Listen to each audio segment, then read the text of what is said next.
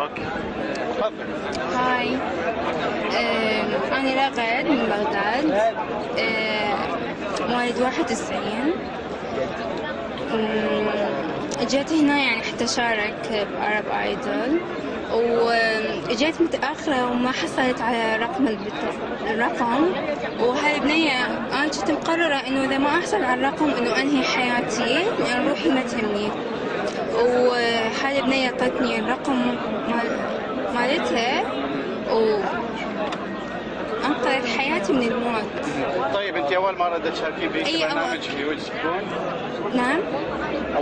اول مره تشاركي بهيك برنامج؟ يعني قبل شاركت بعراق ستار وما كان عندي حال استمر بالبرنامج. ايش راح تقدمين اليوم اذا دخلتي ان شاء الله وتوفقتي؟ أنا متأثرة بهيفا وهبي. شفنا بانه فنانه كاتبه مجنونة هيفا.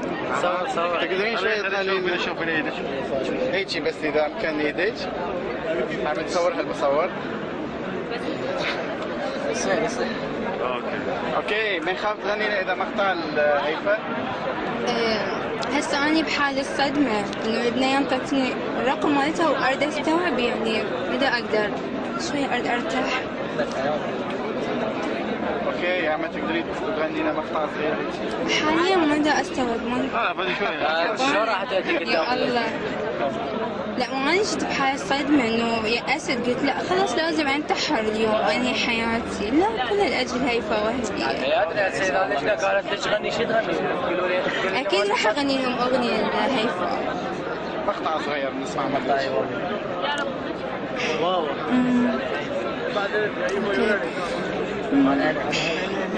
مش قادرة استنى يوم كمان ارجع بقى متشوقة حبيبي حلم عمري لحظة لقاه يحرمني منك بقالي زمان يا حبيبي خلاص آن الأوان نفضل هنا مع بعضنا كفاية غبت عني شوف كام سنة ملقتش فيهم راحة وأمان عمري معاك حياتي ملك ايديك بستناك وصعب عايش غير ليك ده انا من يوم ما عيني جت في عني وانا عايزة اكون وياه.